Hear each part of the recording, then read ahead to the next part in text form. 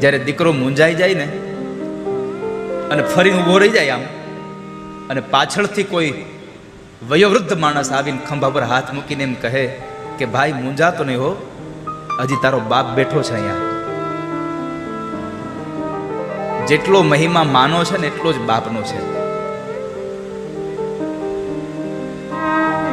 બાપ બેઠો હોય તો દીકરો ગમે તેટલી મૂંઝવણમાં હોય છતાં પણ એમાંથી મુક્ત કરાવી દે. સમાજમાં એવા બાપ બેઠા છે, એવા બાપ હોય છે તે ક્યારેય પણ સાર સંભાળ ન લીધી હોય બાપની, પણ બાપને ગામડે ખબર પડે ને કે દીકરો શહેરમાં કાંઈક મુશ્કેલીમાં આવ્યો છે તો 10 વીઘા જમીનમાંથી 5 વીઘા જમીન વેચીને એના પૈસા લઈને દીકરાનું દેણું ભરવા એ ગામડાનો બાપ બસમાં બેહીને જતો હોય છે.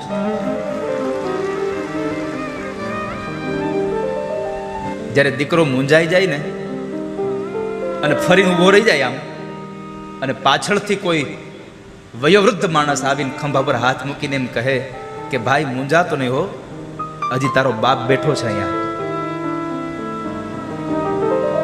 પણ મારે એટલું જ કહેવું છે કે તમને એમ હોય કે મારી વૃદ્ધાવસ્થામાં મારા દીકરાઓ અને મારા દીકરાની વહુ સાથે રહે, તો દરેક બહેનોને મારી પ્રાર્થના એટલી છે, ક્યારેય જિંદગીમાં ભૂલતા નહીં તમારો પતિ પણ કોઈકનો દીકરો છે ને એના મા બાપની ભેગો રહેવા દેજો, તો જ તમારા સંતાનો તમારી ભેગા રહેશે, નકર નહીં રહે.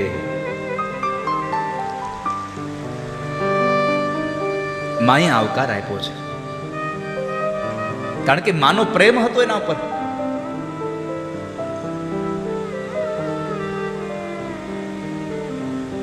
મીઠા મધુને મીઠા મેં હું લારેલો,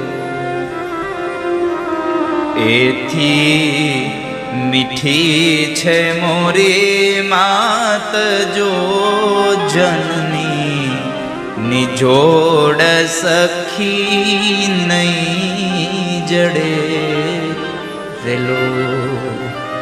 આ દુનિયામાં એકમાત્ર માં એવી છે, એના જેવી જોડ તમને ક્યાંય ન મળે. ગમે તેટલા પૈસા લઈને નીકળી જાઓ, બધી વસ્તુ ખરીદી શકો, એક મા બાપનો પ્રેમ ન ખરીદી શકો ક્યારેય. તમે એક મા બાપનો એક તમે ખરીદી ન શકો. એટલે તો કહેવત પડી છે બધા મરજો પણ કોઈની માં મરશો માં, ક્યારે કોઈની માં ન મરશો. આ સંસારમાં તમને બધા લોકો ત્યજી શકે, પણ તમને જન્મ દેનારી માં કોઈ પણ સંજોગોમાં તમને ત્યજી ન શકે. વાલા, તમારાથી આખી દુનિયા મોઢું ફેરવી જશે, તમારી માં તમારાથી મોઢું નહીં ફેરવી શકે. કારણ કે માં મમતાના રસથી ભરેલું વટવૃક્ષ છે. માતૃત્વનો પ્રેમ ભર્યો છે એમાં.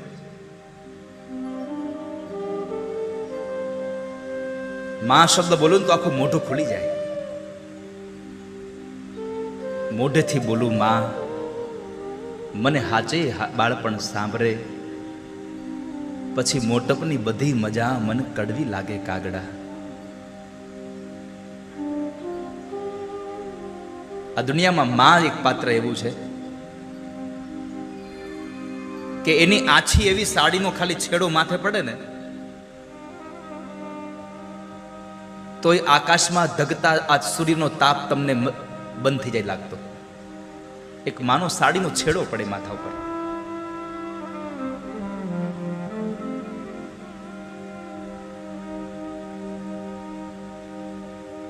મમતાના રસથી ભરેલું વટવૃક્ષ છે એ માં.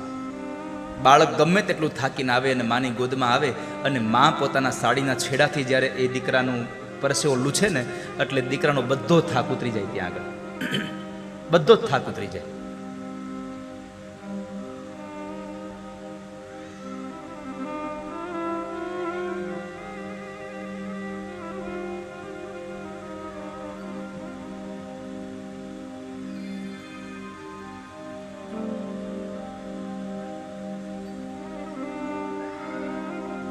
પણ કરુણા એ છે વાલા, અત્યારે આ સમજમાં આધુનિક યુગ આવ્યો, ટેકનોલોજીનો યુગ આવ્યો.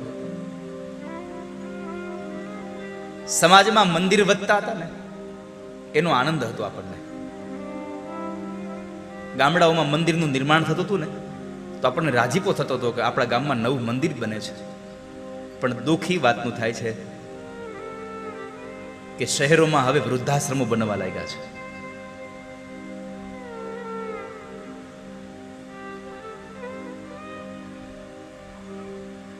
આપણું બદનસીબ છે કે જે આપણે વૃદ્ધાશ્રમો નિર્માણ થઈ રહ્યા છે. અને આ વૃદ્ધાશ્રમો ત્યારે જ નિર્માણ બંધ થશે જ્યારે અત્યારનો યુવાન અને અત્યારની યુવાન દીકરીઓ કથામાં જતા થશે, કથા સાંભળશે, સંસ્કારનો દાયજો સાંભળશે.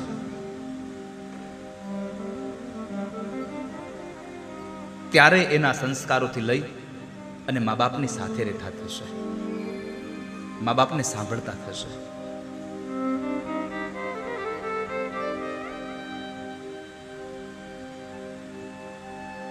જીવનમાં સુખી થવું હોય ને વાલા, તમારે સંસારમાં સુખી થવું છે તો મારી એક વાત માનજો, જિંદગીમાં કોઈ દિવસ તમારા મા બાપને તમારી ભેગા રાખતા નહીં.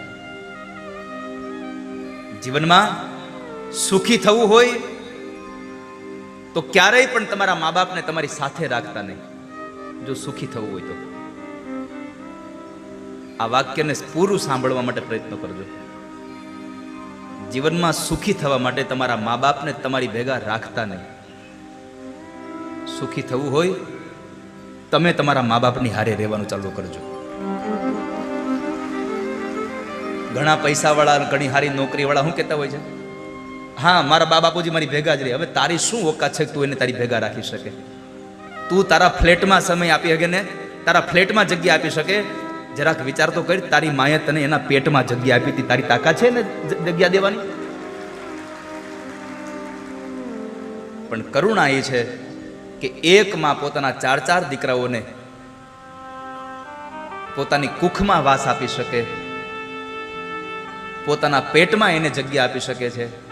પણ 4 દીકરાઓ ભણી ગણીને મોટા થઈને પરણી જાય ને પછી 4 દીકરાઓ એની માને એના ફ્લેટમાં જગ્યા નથી આપતા, એને વૃદ્ધાશ્રમમાં મૂકી આવે. કાં તો માં વયો વૃદ્ધ હોય છતાં પણ પોતાની હાથે રસોઈ બનાવીને એકલી એકલી રહેતી હોય છે. મારી આપ સૌને પ્રાર્થના છે, તમામ યુવાન ભાઈ બહેનોને મારી પ્રાર્થના છે, મારી વ્યાસપીઠથી કરબદ્ધ પ્રાર્થના છે, જીવનમાં મા બાપથી ક્યારેય પણ જુદા ન રહેશો. ક્યારેક કોઈ સાસુ બોલી જાય તો દીકરાની વહુ ચૂપ થઈ જાય, અને સાસુ માઓને પણ મારી પ્રાર્થના છે, ક્યારેક કોઈ દીકરાની વહુ કદાચ આવેશમાં આવીને કંઈક બોલી જાય તો સાસુમાં ચૂપ થઈ જાય. બસ વાસણ પડે અને ખખડે એની માથે હાથ મૂકી દો ને એટલે એ શાંત થઈ જાય સાવ. પણ જે સંગઠિત પરિવારમાં જે આનંદ છે એ એકલામાં નથી વાલા, એકલામાં આનંદ નહીં થાય. આપણને મારી પ્રાર્થના છે, યુવાન બહેનોને મારી પ્રાર્થના છે, ક્યારે પણ પોતાના પતિને ન કહેશો કે આપણે હવે જુદું રહેવા જવું છે. અને તમે જો તમારા સાસુ સસરાને તમારાથી જુદા કર્યા તો એક વાત યાદ રાખજો કે તમારા આવનારા સમયમાં તમારા દીકરાની વહુ પણ તમને જુદા કરશે, કરશે ને કરશે, એમાં સંશય નથી. જેવું કરો એવું ભરો, એ ભાવના કદી ભૂલશો નહીં. સંતાન છો, સંતાનથી સેવા ચાહો તો સંતાન બની સેવા કરો.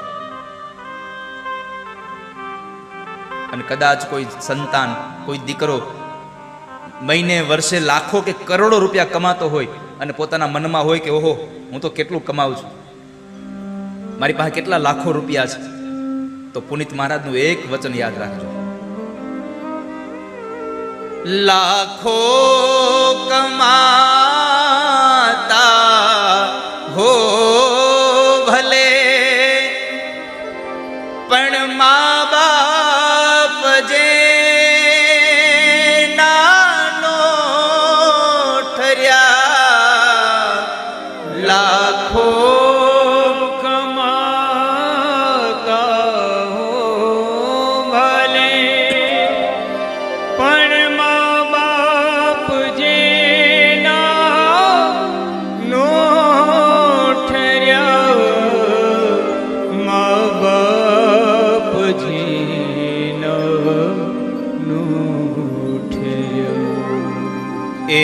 લાખ નહીં બધી રાખ છે,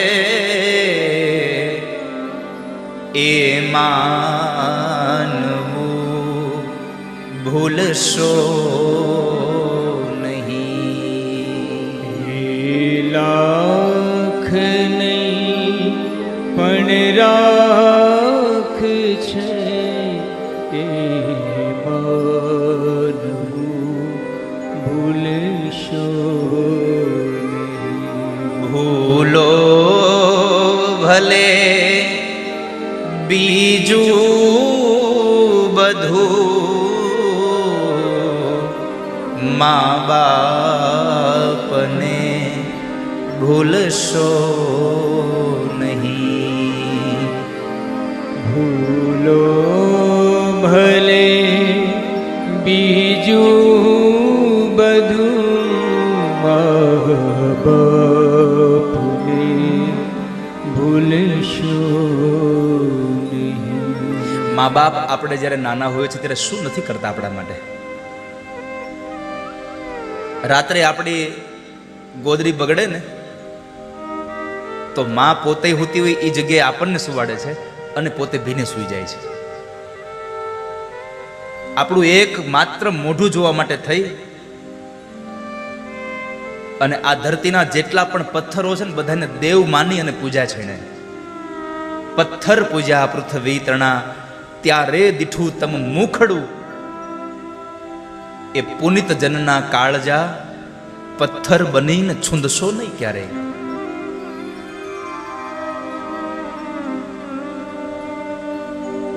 પણ માં તો માં છે વાલા.